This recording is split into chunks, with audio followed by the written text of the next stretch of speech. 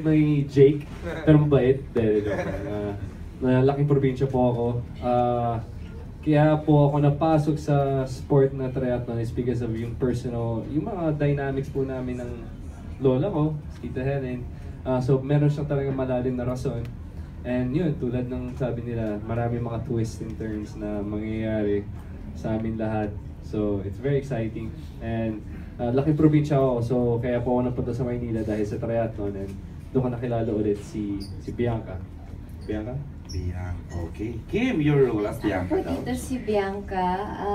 Probinsyana po siya na nagdi-dream maging isang triathlete dahil gusto niyang gayahin gusto niyang sundan yung yapak ng nanay niya na runner. So, isa akong dreamer na I dream to become an athlete para sa mama ko.